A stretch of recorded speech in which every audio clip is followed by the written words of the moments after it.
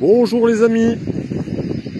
Alors aujourd'hui je vais vous présenter ma petite éolienne. Alors, je vais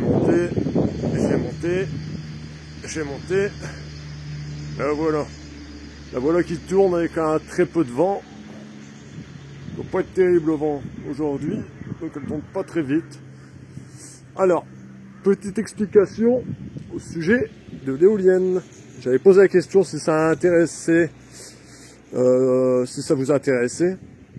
Et j'ai eu quelques retours qui m'ont dit que ça serait bien de faire une petite vidéo là-dessus. Alors, on va commencer par le mât. Le mât, il fait 322 de diamètre, le tube. Voilà. À savoir que c'est un mât que j'ai réalisé que je l'ai réalisé de ma propre main, on va dire, comme d'habitude. Comme tout ce que je fais, je le fais main, de toute façon.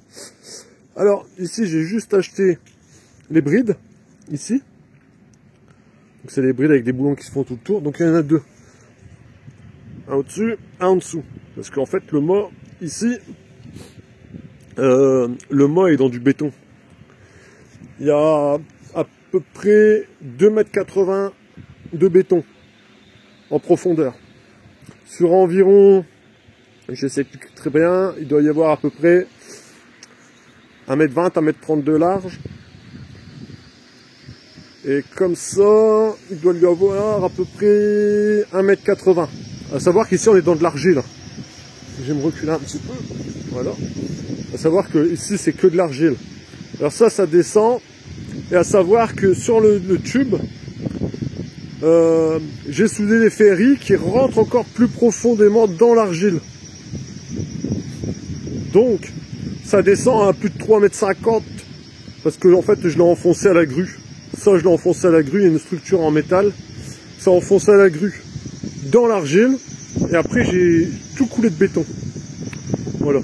Donc ça bougera, ainsi dire, jamais. J'ai eu quelques tempêtes.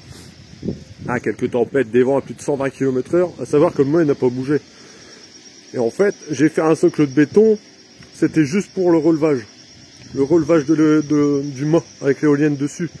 Parce qu'en fait, si on regarde, je sais pas si on verra bien, ici, il y a des câbles. Voilà, bah là on le voit bien. C'est au bonnet, hein. Il y a 4 câbles. Donc c'est au bonnet. Voilà. Alors ici, on va voir, regardez là. Ici, il y a une soudure. Donc, il y en a une là, il y en a une là, il y en a une ici, il y en a encore une là-bas. C'était que des morceaux. C'est que des morceaux que j'ai chanfreinés et soudés. Donc, il doit y avoir trois cordons à chaque raccord. Tout est soudé à l'arc. J'ai galéré, j'ai vraiment galéré, et ça l'a fait. Parce que mon garage, à savoir que le mât fait 11,90 m à l'axe de l'éolienne, il y a 11,90 m à peu près. Voilà. Donc j'ai vraiment galéré pour souder tous mes mâts. Et ici la charnière, c'est une charnière que j'ai réalisée aussi moi-même. C'est dommage, je n'ai plus les photos parce que j'ai cassé mon ancien téléphone. Mais la charnière que vous voyez ici, voilà, ça regarde bien. La charnière, elle est faite dans du plat de 2 cm d'épais. Donc c'était du fer plat de 2 cm d'épais avec des morceaux de tube pour les liaisons. Et ici, c'est soudé. Donc ça regarde, il y a pas mal de cordons de soudure. Hein. Là, il doit en avoir pas loin de 7 ou 8 par côté. Ici, ici. À l'intérieur, j'avais fait quelques points juste pour le maintenir. Voilà. Ici. Voilà, ici. Et ici, c'est pareil. Tout là, c'est pareil.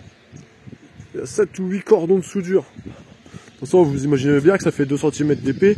Si on vient le mettre contre le tube, en gros, il y a un gros trou, quoi. Donc tout ça, ça a été soudé.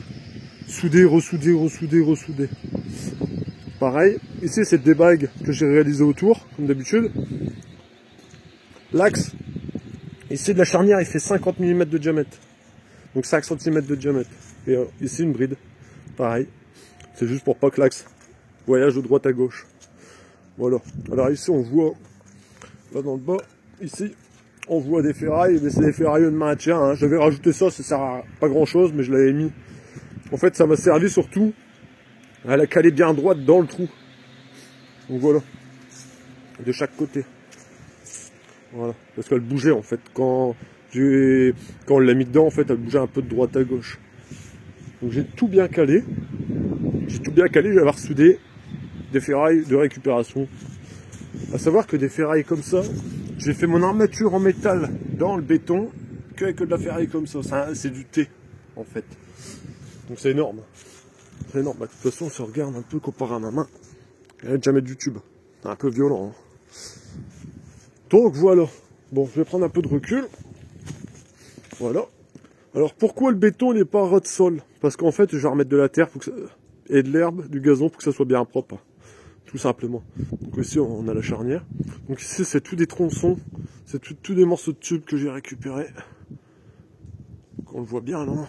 Là. Tout ça, c'est que des morceaux de tubes de récupération. Pareil. Toujours essayer de se dépatouiller. Parce qu'à savoir un tube, 12 mètres de long en 320. Et je crois qu'il faisait pas loin d'un centimètre d'épais. Voire un petit peu plus d'un centimètre d'épais. Acheter ça en commerce, c'est limite improbable. Enfin, c'est pas improbable. Mais c'est extrêmement onéreux au niveau de tarif. Donc voilà. Donc ici sur les côtés, je sais pas si on voit très bien. Ici de chaque côté, il y a une réduction. Et de chaque côté, il y a des plots d'1 cm qui sont soudés sur environ 60 cm. Et après c'est un tube. Je crois que ce tube là doit faire 120 de diamètre. En 1 cm d'épais aussi.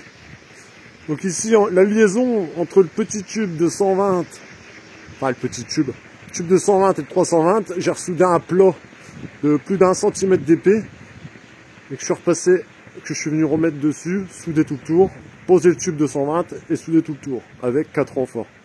Là, les petits morceaux de plat qu'on voit là, c'est des renforts. Voilà. Donc l'éolienne, c'est une éolienne, une pale de l'éolienne, elle fait 2 mètres de long. Donc de diamètre, elle fait 4 mètres de diamètre, quoi. Voilà, un petit peu plus de 4 mètres, hein. Donc voilà. Donc ici, il y a 4 câbles de 10 mm qui sont repris dans mes murs, un petit peu partout. C'est repris dans mes murs, un tout petit peu partout. J'ai mis de la tige fuletée, je crois que c'est de la tige fuletée de 20. Que j'ai percé à travers les murs et que je suis venu prendre en sandwich avec 2 fers plats. En gros. Voilà. Le poulailler des cocottes. Bah de ma cocotte. Voilà. Si vous voulez regarder un petit peu. Voilà ce que ça donne. C'est déjà gros. Hein. C'est déjà très gros. Les tirants. Obligé hein, pour prendre les câbles. Et encore les câbles ils sont pas tendus, regardez. Si on regarde, j'arrive à la faire bouger. Ils sont pas tendus extrêmement fort. Ça ne sert à rien. Donc ici, les serre-câbles à longueur. Voilà. Voilà la bête. Ce que vous entendez 2 éoliennes. On entend la grosse qui bat, qui coupe le vent. Et en fait ici, j'en ai 2 petites avec une petite station météo qui est là-bas. Et ça c'était des essais, je vais les démonter. Là c'est parce qu'on dirait qu'elle tourne lentement, celle-là elle tourne très vite, mais celle-là elle est freinée. Voilà, ça c'était des essais pour voir avec le vent. Et c'est les petites éoliennes qui produisent du 12 volts. Faut savoir que ça, n'achetez pas ça parce que c'est vraiment pas rentable. C'est des chinoiseries on va dire, AliExpress. Et franchement ça produit rien quoi. Rien du tout. Pour 1 ampère il faut déjà qu'il y ait du vent. Mais bon. Voilà. Au moins, je pense avoir tout détaillé. Voilà. Donc, 11,90 m à l'axe de l'éolienne là-bas tout le temps, à l'axe du rotor. 11,90 m, parce qu'à 12 mètres, c'était permis de construire, autorisé de construire, enfin un bordel quoi. Donc voilà. Et pour la maintenance, en fait, comme j'ai la charnière, je déboulonne tout le bas et je peux l'incliner. Je l'ai monté à l'aide de mon voisin, avec mon voisin en fait. M'a donné un coup de main, mon voisin. On l'a tiré au télescopique. Tout simplement. On l'a tiré au télescopique pour la relever et ça a été tout simple. Alors à l'intérieur, il y a un câble. Il y a un câble dedans, c'est du 5G 6 mm qui passe dedans. Jusqu'à l'Axco, toujours pareil. À savoir que l'éolienne, c'est une Hopeful. Pas très connue, mais c'est une Hopeful avec un frein magnétique. Il fonctionne très très bien le frein. Donc c'est 5 kW. Alors ce que j'ai fait aussi, tant que j'étais à passer un câble de mon garage jusqu'à ici, dans le fond de ma cour, j'en ai profité pour repasser un câble, un multibras. Je sais pas si on va bien voir, voilà. Pour moi mettre, parce que par la suite j'aimerais bien mettre une petite prise de courant ici quand même, et j'aimerais bien mettre un phare, un petit phare LED quoi. C'est pas non plus mettre un phare au-dessus. Donc voilà, voilà la bête. Alors vous allez me dire mais pourquoi je l'ai peint jusque là et pas jusqu'en bas? En fait j'ai fini de la mettre et quand je l'ai mis, en fait j'avais commencé à tout peindre. Et en fait, quand j'ai soudé ma charnière tout ça, le temps a commencé à se dégrader, donc je l'ai vite posé. Bon, c'est pas en un hiver que le mât va pourrir, hein, je vous rassure. Donc je finirai de peindre tout ça, mais à savoir qu'il y a déjà une bonne couche de peinture anti-rouille jusqu'à hauteur d'homme. Donc ici, vous voyez, à la main j'arrive à l'avoir. Donc il ne me restera plus que ça, dès qu'il commencera à faire bon, au printemps l'année prochaine, je finirai de mettre cette base-là en peinture. Le bas quoi, la base. Donc voilà un petit peu ce que ça donne. Voilà. Il n'y a plus de vent, on s'entend mieux, il y a moins de bruit. Voilà. À savoir que si vous montez une éolienne ainsi, éloignez-le de chez vous et faites attention aux voisins. Moi ici, si vous regardez derrière, c'est la campagne, c'est des pâtures. À droite, à gauche, c'est des pâtures et à droite, c'est des pâtures. Et ici, c'est le mur de ma grange. Donc voilà. On va prendre un peu de recul. Voilà, c'est déjà haut. Hein. À savoir que l'éolienne, elle passe sur le toit de la grange. De très peu. Par contre, là, j'ai vraiment un souci, c'est qu'à l'été, par contre, je n'aurai pas de production de courant à cause de cet gros arbre là qui appartient au voisin. Ça appartient même pas au voisin, ça appartient au propriétaire parce que loue la parcelle à côté. Donc je sais qu'à côté de chez moi est de plus en plus gros ce truc. Bon après il faut que la nature, c'est surtout pour l'hiver, la nature elle a le droit d'être là aussi. Donc ça je l'avais pour l'hiver, parce que l'hiver il y a beaucoup de vent ici par chez nous. Et à l'été je mettrai des panneaux solaires. Voilà. Bon, je vais vous montrer l'installation qui est au garage maintenant. Voilà.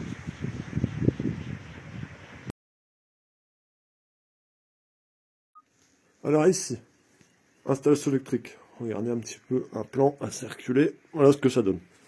Alors, ici ce que j'ai fait. Je vais faire le tour de la perceuse. À mon ticket, il faut que je la change de place. La perceuse elle est juste devant. Alors ici, j'ai une coupure. Alors ici, j'ai mis une coupure parce qu'en fait, l'arrivée, elle est là. Donc l'arrivée est ici. Elle est ici, l'arrivée de l'éolienne. Donc c'est déjà un beau câble, hein. Il fait déjà mettre de mon doigt. Donc c'est du 5G6. À savoir qu'il y a 3 phases pour l'éolienne. C'est du triphasé, enfin du triphasé. C'est 3 phases, donc c'est du triphasé, c'est ça. Donc, ici l'arrivée de l'éolienne, et dedans il y a aussi le freinage, en fait. Il y a un plus, un moins, juste pour le freinage en 24 volts. Donc, ici j'ai une coupure générale.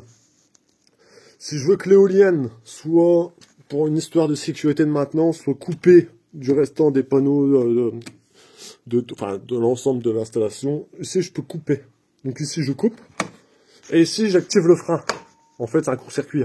C'est un court-circuit des 3 phases de frein. Donc, j'ai fait ça, à savoir que ça c'est branché avant, hein, mais pas après. Hein. Ça se couperait l'interrupteur, ça servira à rien. Donc j'ai mis un manuel, un frein manuel. Donc on le met en court-circuit, donc ça freine l'éolienne. Là j'ai coupé, donc là je l'ai coupé, hein, si on regarde bien, il est sur 0. Et ici, j'ai activé le frein. Et si on regarde, voilà. l'éolienne, elle tourne plus. Ou très lentement, on est en court-circuit, donc elle tournera pas beaucoup. Voilà. Donc ici, coupure de l'éolienne pour plus qu'elle n'alimente toute l'installation électrique. Ici, c'est le contrôleur. Ceci, c'est le contrôleur. Alors, le contrôleur, on a l'arrivée de l'éolienne, elle monte dedans, hop, elle va à l'intérieur. Ici, j'ai 2 câbles pour la batterie, parce que le freinage se fait avec 2 batteries. Moi, j'ai mis 2 batteries de voiture, je n'avais que ça. Quand on voit les batteries à décharge lente, le prix que ça coûte, tout ça pour activer un frein, 2 batteries de voiture, ça fait très bien l'affaire. Alors, son rôle est simple. Comme son nom l'indique, c'est un contrôleur éolien.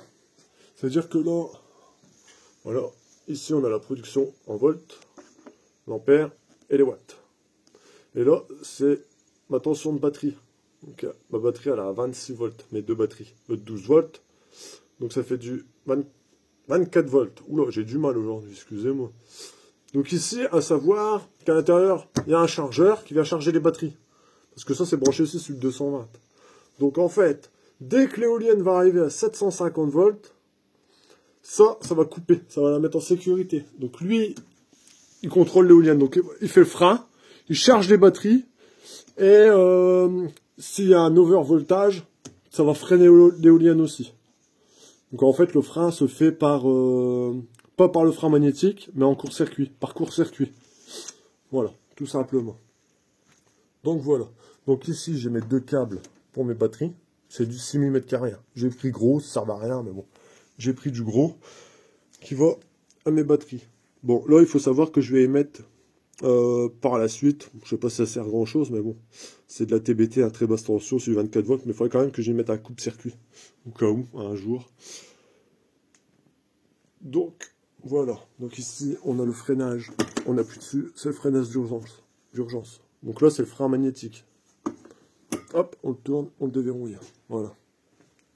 À savoir qu'ici, sur le côté, on a aussi un frein, comme j'ai mis là en court-circuit. Ça, c'est un frein, et ça, c'est l'alimentation en 220 volts. Parce qu'il faut absolument une alimentation en 220 volts pour toujours maintenir les batteries en charge. Les batteries qui sont chargées. C'est pas l'éolienne qui recharge les batteries, c'est l'alimentation secteur qui vient recharger les batteries.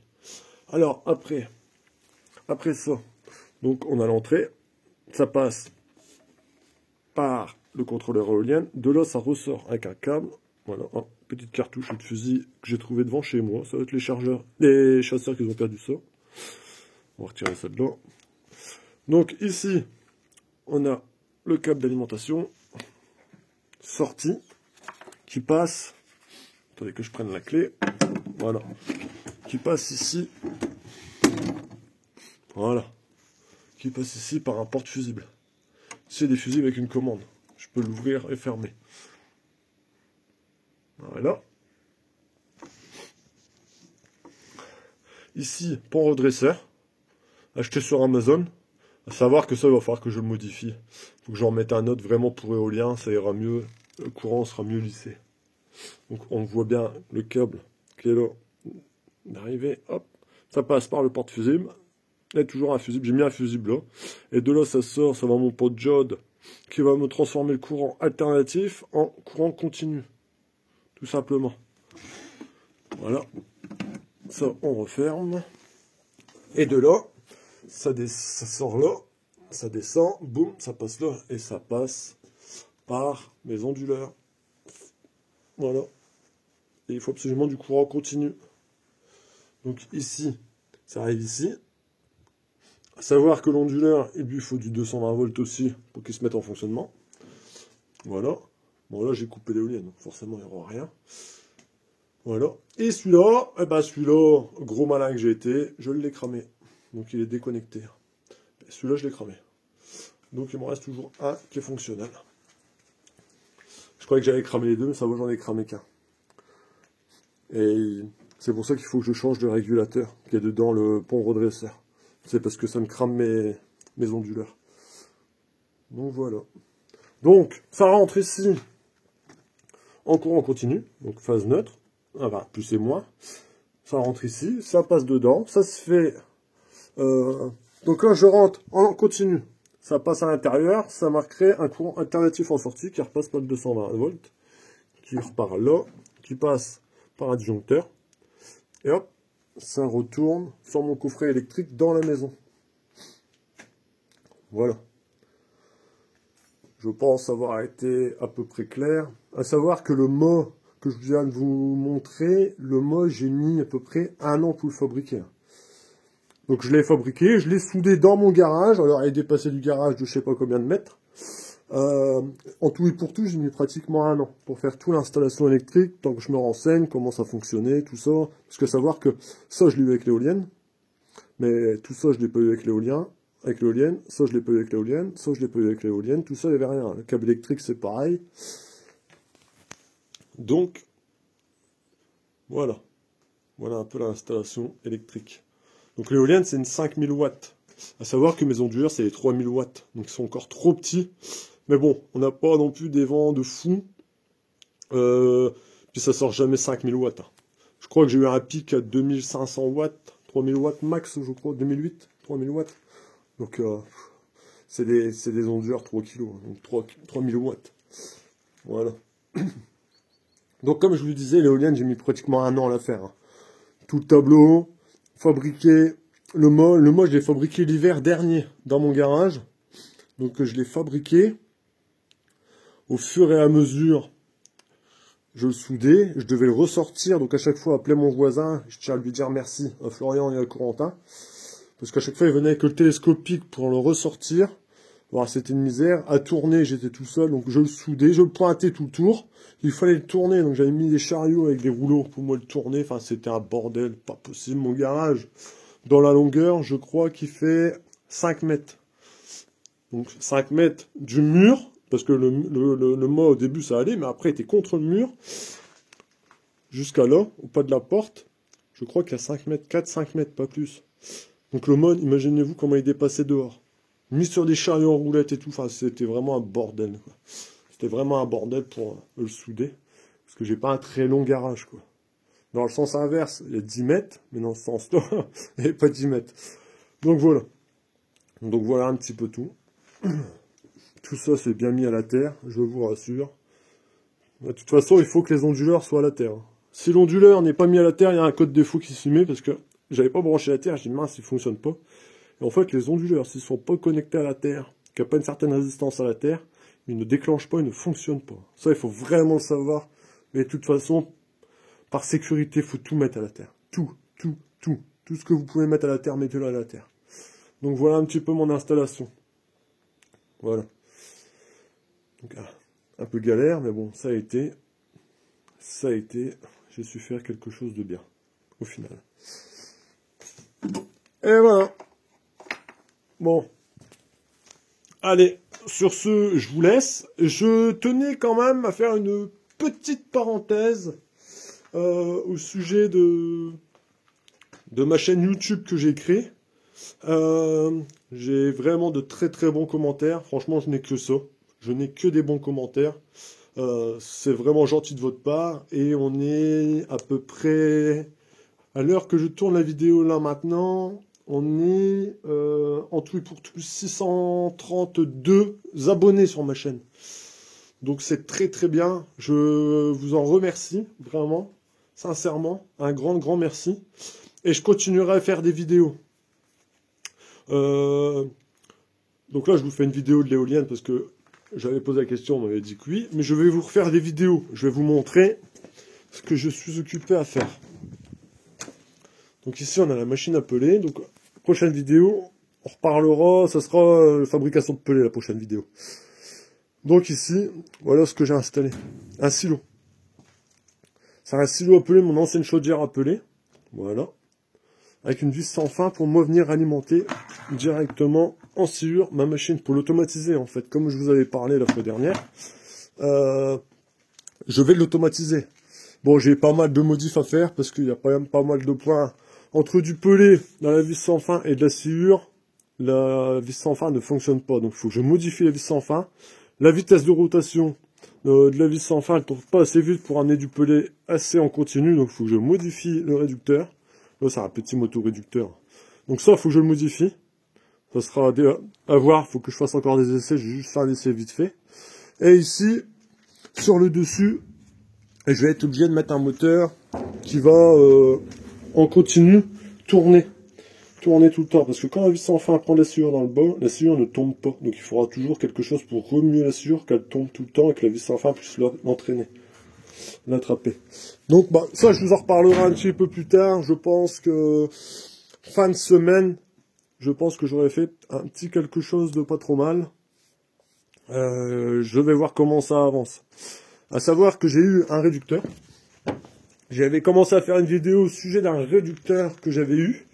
Donc ici en morceaux, bien sûr. Donc on a le stator. Ici on a la ventilation. Et ici on a le rotor. Aussi. Mais ça je vous en reparlerai. J'avais commencé à faire une vidéo, mais j'ai eu un petit souci avec le réducteur. Il faisait un sale bruit.